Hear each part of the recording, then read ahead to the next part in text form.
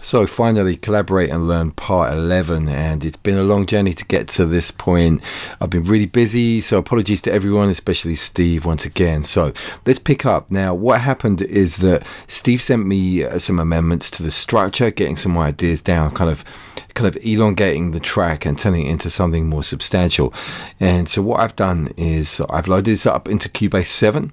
A lot of you guys know that I'm working with this now, and I wanted to make the most of some of the new facilities, and the project transferred over really nicely. But you know, I was getting frustrated with this whole concept of using the UVI workstation for samples, and the fact I had to kind of reload stuff manually each time. So I switched over to Halion 4 now, and what I'm going to propose to Steve is that we keep this as the master project now, and I will basically go through some stuff that I've kind of worked with here, and then the plan, I think, in terms of getting this thing finished now, is to get Steve to basically do some extra bits on top, send them to me as audio. And that's funny, look, I mean, my Facebook's been really busy tonight, so we're all talking about a whole bunch of stuff, and there's a couple of things related to Cubase 7 and other bits and pieces. So for those of you who are not on my Facebook page, you've got to come to Facebook/ Danny J. Lewis page and get on there, because there's always a lot of discussion going on about music production or music industry. And so anyway, yeah, I've lost track. So what I was talking about probably is the fact that I'll get Steve to record stuff as audio, or do MIDI stuff and export it and send it over to me so I can add it on top. So we'll get this kind of sort of final sort of push now to get this thing finished. So in terms of what I've done, you can see the colors are a little bit different. I organized stuff into folders, and for you guys, you may have seen folders on Logic. You can pack stuff into a folder. Cubase has had this for a long time. It's nothing new on Cubase 7, but it's a great thing for organizing stuff. So you create a folder track. I'll show you here. You can say add track, and you come down to folder track, and then you just drag the actual tracks inside. So it's a great way for arranging, getting condensed kind of groups of sounds together, and then structuring, because you can copy, cut and paste the actual block here, this kind of root folder track, and get arranging with that. So it's a really handy thing. So I've broken it down into the beats, the music. I'll just expand this one here, and also effects. You can see these down here, only a couple, the rainforest and the riser, and then the vocals. So just to really break it down so you can see what's going on. So Steve sent me back basically this kind of structure thing, and I've stuck to the structure, but I've made some amendments.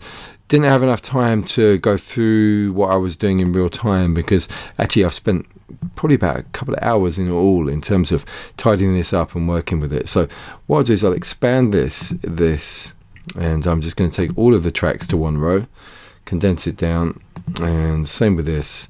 And I'll tell you what happened, right? So last time, on the last installment, we had this kind of middle 80 kind of section where I played some new keys. So what I've done is I've looked at that, and I felt it wasn't really working for me. I wanted to tidy it up. Steve hadn't done any work in terms of refining that section, so I felt it needed it. So what I'll do is I'll backtrack, and I'll show you what I've added. It's very similar to what we had before, but I'll sort of stop and explain what I've done in terms of the decision process. So let's just come over here. Let's come to this first breakdown.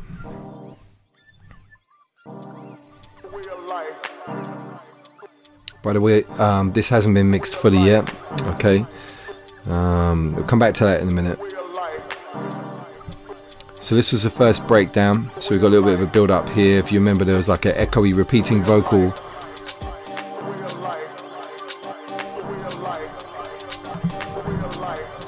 Just going to bring this up.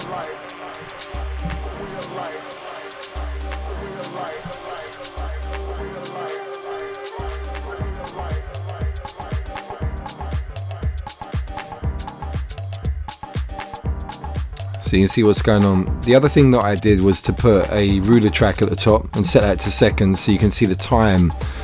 So we're coming up to, over 3 minutes. So this is rolling along now, and it's going to switch up into the new section over here.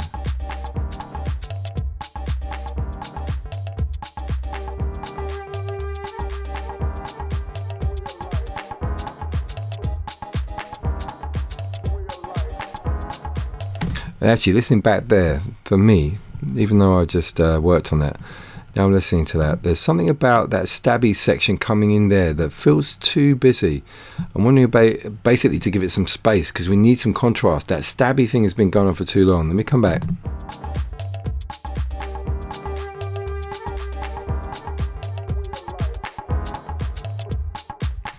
Yeah, much more space. It's breathing more.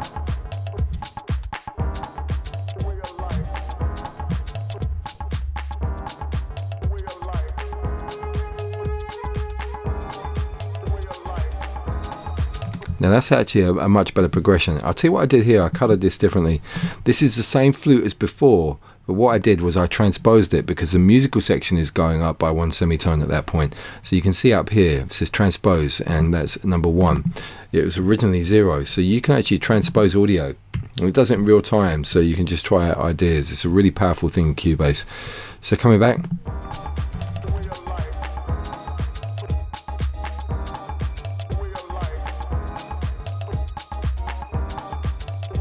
Yeah, the stabbier sound is definitely working for me now, but what I want to do, feels like it's a little bit too loud. Just going to open up Halion.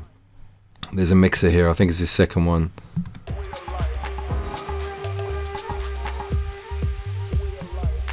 Right, so we've got this breakdown kind of section. It's really nice to hear the drums and the bass line on their own and that vocal, the atmospherics, all that stuff. Real nice contrast in the club. Kind of chugs forward now. The ARP that's coming up now.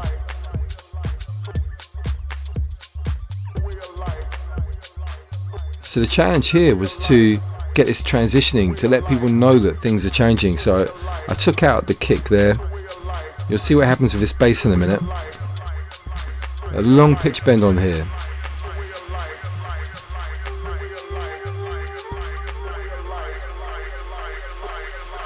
So the sine wave falls all the way down in the club, you really feel that on the system, and then back in.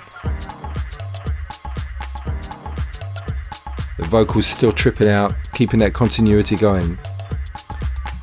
So I'm really feeling that's a good song structure. There may be, you know, we get some space away from it and we start thinking, yeah, we need to add some little embellishments, little textures here and there, but it really feels like a really nice groove. You know, there's no doubt I think this would sound great on a big system. The right time of the night, it would definitely work. So let me condense these down. Just going to talk about the mix, which, you know, I did a little bit of work on the mix originally when I sent one of the versions to Steve, but I've got this lovely new mix console here, which is part of Cubase 7, and one of the things that is important to look at is the actual level here. So in fact what I'll do is I'll get a loop where the track is really kind of chugging along. Let's maybe go over here. No, a bit later. Select with the P here. Just going to stick it on cycle. Come to mix console. So if you take a look over here on this, and people have been asking me how on earth do you get this nice meter. What it is, you go up the top left hand corner and you've got control room meter. That's it. So you turn it on and that's going to appear over here on the right hand side, and it's got this RMS and peak meter, which is really handy. So peak up here, so you can see peak max is minus 6.7, and then we've got the RMS bubbling on down underneath here.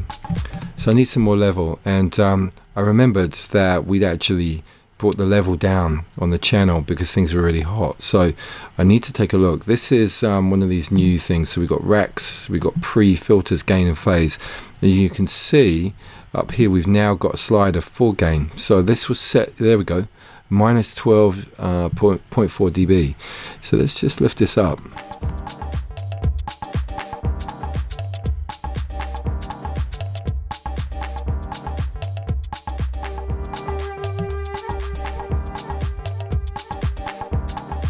Okay, so we've got an over there. You can see it's going red to show that, so it's clipping. We need to stick a limiter on, and just for the moment I'm going to put this post fader. Okay, so that's the end of the signal path. So we type L2, and I've got this here. This is the waves L2, so it's going to load it up. And as I said, this is post fader, so you can see here the lower insert slots. That's always been the case with Cubase.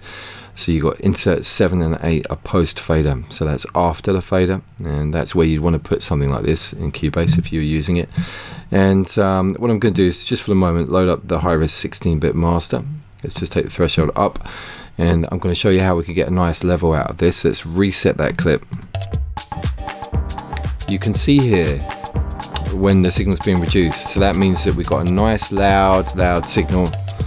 I'm going to bring this down a bit and show you.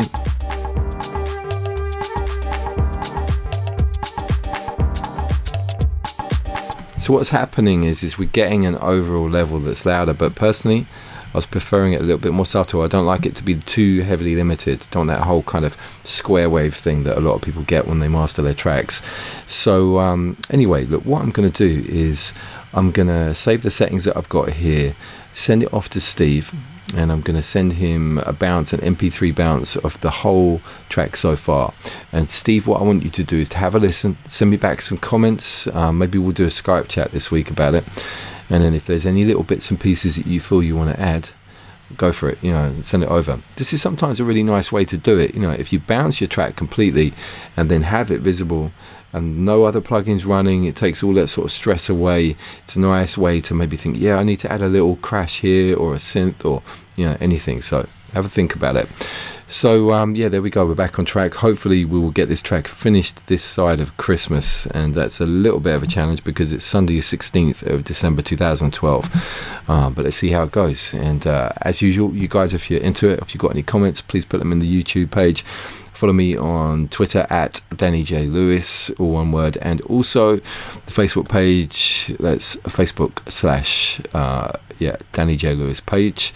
And that's about it. Okay, speak to you guys soon.